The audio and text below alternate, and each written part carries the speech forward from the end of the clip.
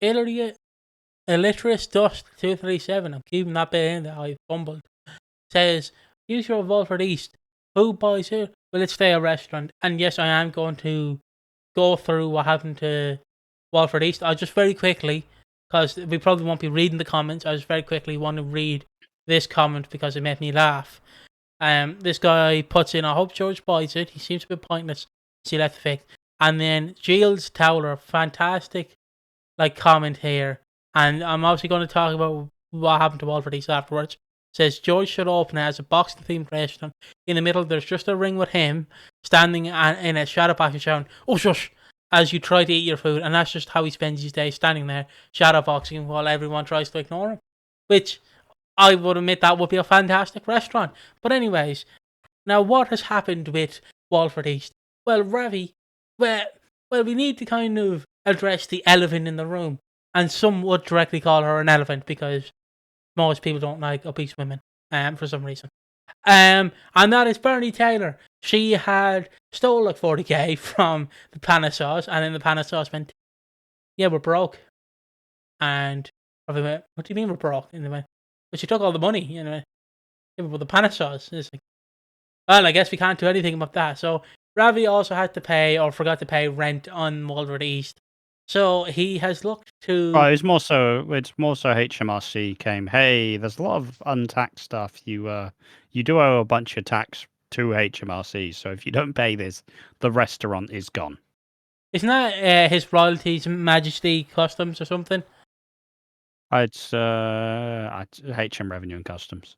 Oh, I thought it was like His Majesty. Anyways, but yeah. So basically, all he had to do was say, "Well, we're a charity-funded place. We're a church here," and then he wouldn't have to pay anything. Because don't forget, church by law or charities don't have to pay tax. So there you go.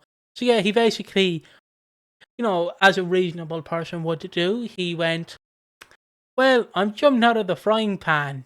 Time to jump into a larger frying pan. Get that fucking gear selling, boy." And he basically went to Harry, and people would say this is not forceful, but in my eyes it is. He went, "Can I park my garage? Park my garage. What the fuck am I saying? Can I park my car here, Harry?" And Harry went, "No." And then Ravi went, "Well, I'm going to do it anyways." And he went, "I don't want you to." And then obviously Kojo found dozens upon dozens, about 50k's worth of the booger sugar, and he flushed it down the toilet. So Ravi then went, "Well, since you lost it, you're now my bitch." And then HMRC came back and went, "Well, actually, you're my bitch." And they went, "You still owe us for all the tax money, so we're not going to shut you down unless you give us the money." And then Ravi went, "Guys, sell that quick, please, please." And then they shut down Walford East. So Ravi no longer owns it because he didn't pay his tax. Honestly, I would do tax evasion as well. Quote me on that, I would. But I'm not. I don't earn enough to do tax evasion. So yeah, what happened to Walford East? I don't know. But what Ash suggested to me is that Max Branning runs it, which is a fantastic idea. And why is it a fantastic idea? Well, Max is coming back fresh off. He was in Australia in like 2021. Shagged Lauren's boyfriend, no, not boyfriend, done something to Lauren in Australia, which, yeah. I think it's Australia. He was in New Zealand. New Zealand, yeah, he was in New Zealand, but then when he actually left, he went to France, and he was seemingly there with another woman. I'm pretty sure that's the prehistory of recent Max Branning. He's not really been there, but why would he be the one to own Walford East? Well, he owned it before. He owned it halfway with Ian, and this kind of culminated with Ian scamming Max out of his share of the business when he was in his bad boy Ian arc. And he kind of conned Max out of it, and this culminated in his exit. And obviously since then, Max has kind of been on an island by himself, being a terrible dad and only focusing on himself. He's basically been radio silent to all his kids and all his family. So by him, and you kind of need him to have a business. Now, I personally suggest you put him back in the car lot, but in its own right, you kind of want to advance Max in another way. Yeah, sure, the car lot works, but the car lot's also not used as much anymore. they probably don't really like the set too much.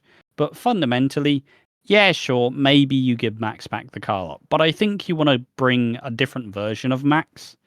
A Max who's a little less, probably a little bit less apologetic. Someone who he's clearly chosen his life over his family. So you kind of, it feels like a good idea to have him own the restaurant, kind of reshape it into his image. And then you also get to have Lauren and Oscar and some of the other Brannings like Penny. You also get to have them have like a workplace, and like maybe he turns it into a bistro or something bougie. And he kind of becomes like head of house. I think it'd be an interesting idea for Max to do, because like, yeah, sure, you want to have him in the car lot, but you kind of want to get Max beyond that point. But also maybe you do just put him back in the car lot. See, because I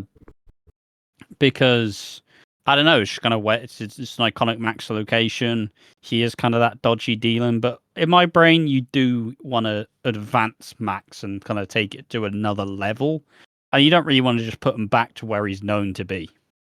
See, I kind of like call this like prestiging a character in a game. Like you want to, oh, but what did you open up there? Just cut to you. Never mind, keep talking. Okay, I will see after the video. But like, you want to prestige him, which they couldn't really do in 2017 because he was framed for a murder he didn't do. He just came back, was miserable, and then ended up accidentally killing one of his daughters. Accidentally, well, being at the fault of the killing. He didn't actually push her; he fell, and then he just kind of moped around and left. So I feel like you kind of advance him, and I know it's not really advancing if he's going back to what he already owned, but you do kind of put him in Walford East again. Like, I don't think you give Walford East an owner just yet. You have like HMRC or whoever runs it, like a temporary runner on the Walford East at the moment, and then later down the line, like near November, December, it's like, who's the new owner? Who's this hot new bombshell coming into Love Island? It's Max Branning. Like, you know what I mean? You just kind of build it And up. I think you have him buy it without any of the. Maybe it does come up to like bids. And I even want Jack to put in an offer for it, and I want him to have no idea. And they go, "Who's the mystery owner?" And it's Max, and he comes out of like a bougie Mercedes or a flash like BMW, just fancy car. Comes out of a Rolls Royce, and he's like, "I'm back." Like you want him to try and like. You don't want Max to kind of, in my brain, because of where we're probably going with Max, and that he's been a terrible friend in a terrible family, like man. You kind of want him to show up out of nowhere and leave the family with a bunch of questions. And if he like outbid Jack, for example, and steals his thunder, and then everybody's just kind of like, "Oh, you're back. Why the fuck haven't you called us for the last 3 years?" Like, and you have him kind of show up, and he's like all oblivious, like, "What? You missed me?" And everybody's like, "Oh, you really you wound us all up over the last couple of years." It feels like, to me, that's how you bring back Max. And then you kind of, if you want to go there, I still think you pair him and Cindy up. Oh. Because even though, like, I'm sure she knows who Max is, but I doubt she knows who Max is enough to understand who he is when they see each other. And if there's any like if there's any pairing of people who would absolutely hit the sheets before actually like fact checking who they are, it's Cindy and Max. And then they sleep together, and then boom, suddenly you killed Stephen. you killed Stephen. And then you obviously have the fireworks, and then they go, "I fucking hate you, you absolute dick, you've ruined my family." And you're just gonna have it be the like Max charm and the Cindy. Like, it's kind of the perfect uniting of two people who are eerily similar, but they also refuse to believe so. I mean, it can also play into the fact that the mystery bidder like comes in and it's Max, and then Max just leaves again. So he shows up. He is like, "Yeah, I'll run this now." Leaves abruptly when, like, say Oscar does something. He just leaves abruptly, like, And say once again they need him. Like something really big happens, and he's like, "Oh, sorry, it's breaking up." He does a David Wicks essentially. He does the David Wicks. Oh, Bianca, I really need you. Are you going to come to that appointment? Yeah. Oh, sorry. Yeah. Sorry, Bianca. I'm not going to be at the appointment. Lol. See ya. And just as Max has asked for help, or just as Lauren has asked for help, he just goes, "Sorry, I gotta go."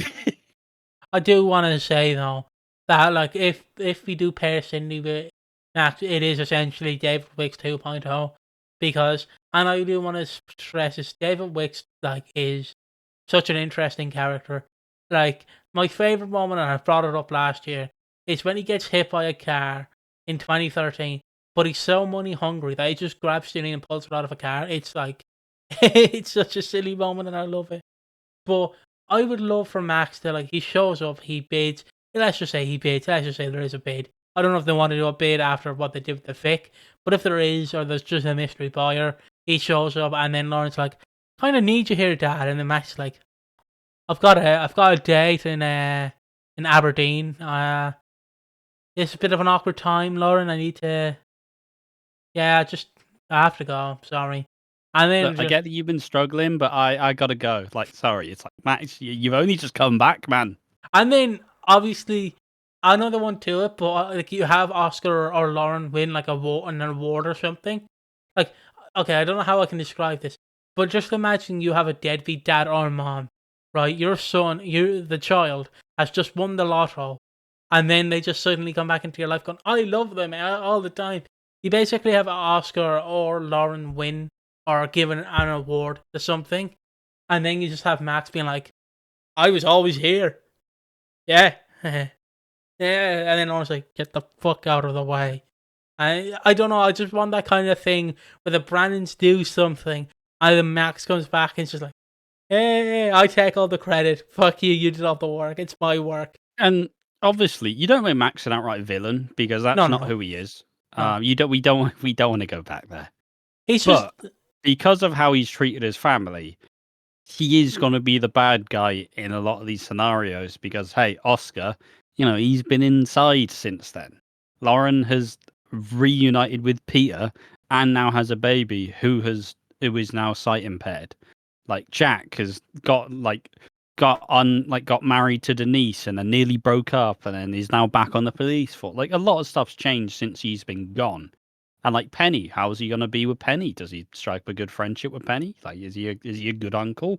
Probably not, but it would be interesting to put like a name to the face as such. Like, now there's a lot more family to react to because when he left, the Brannings were dead on their feet. Like, he leaves in 2022. You had Jack and you had Max. That's it. That's all you had left. Like, that's all you had of the Brannings. So now the family's bustling, but they've all lived in a world without Max. It's like because obviously this would never happen because Derek Branning's dead. But you kind of want to have some of the Derek qualities of him trying to come back, and he's like, "This is my family. This is the family I built." But obviously you don't go all the way like Derek Branning because he was a massive bellend. But you do kind of have him be like, "Yeah, this is my homecoming," and everybody's like, "Yeah, but you've not been there though. We're not giving you flowers and chocolate. We're fucking angry with you." So you just keep kind of, and for a while you have him be a little bit shady, kind of tries to overshadow everyone, and then slowly he actually, like, spends time with Oscar, spends time with Lauren, spends time with Jimmy, makes up with Peter, makes up with Ian, kind of probably has a couple conflicts with Cindy. And through that point, you kind of get used to it. Then, is he going to be involved with Stacey this time? Is that going to be a thing? Like, there's so much kind of ways to go around it. But I do think the right move is for him to buy Walford East. And I do want to just give the characteristics of Max Branning. He is a deadbeat dad, but in the sense, he doesn't care about his family, but the minute someone steps on his family, he cares. If that makes sense for people. He is essentially... Yeah, he's been stepping on the family for years. Yes. And has been treating it horrendously. But if somebody else does it, it's, they're brown bread. Yeah, essentially, it's like a dog marking its territory, but then the other dog coming and going, no, that's my territory, bitch. I'm going to remark it. Like, he's just, you just don't fuck with him. And I should reiterate, we know he's not a villain, but he is just a loser who somehow managed to luck his way in. Because, and I would do a video on this, he has slept with countless women and he's married countless women. And it sounds weird because I know you would never talk to your dad about your sex life, but I want him not knowing that Oscar is bisexual. And then so Oscar telling him that he's bisexual, right? But you have Max, who's just like, so you only sleep with one gender? No, Dad, I sleep with both. I like both. So you only like one? No, Max, I can like both. And you just have this awkward where you have Oscar who's like, anything goes. I think if Max been like, wait, I can also like dick? Yeah, Dad. It's just like, I want that moment where he is like, oh, I didn't know this existed. Because Max, let's be honest, is a bland bitch. One pump, he's done, and then you leave. And I want him to own Walford East because he's essentially a Watching Walford legend on this channel. We both love Max Branning, and like it's been clear from day one, we love him. Maybe not the end result of Max Branning, but early Max Branning definitely. And it will be fun to see him. Let us know down below who you want to see be the Walford East owner. Who would you like to see in the role? Would you like George, as this commenter says, where he's shadowboxing in a ring while serving food? They're getting a lasagna and he's punching it? Or would you like Max to return, leave, then return, then leave, and then return? Or would you like someone new? Would you like a new family to own it? Let us know down below in the comment section down below. Thank you for watching. See you then. Bye bye.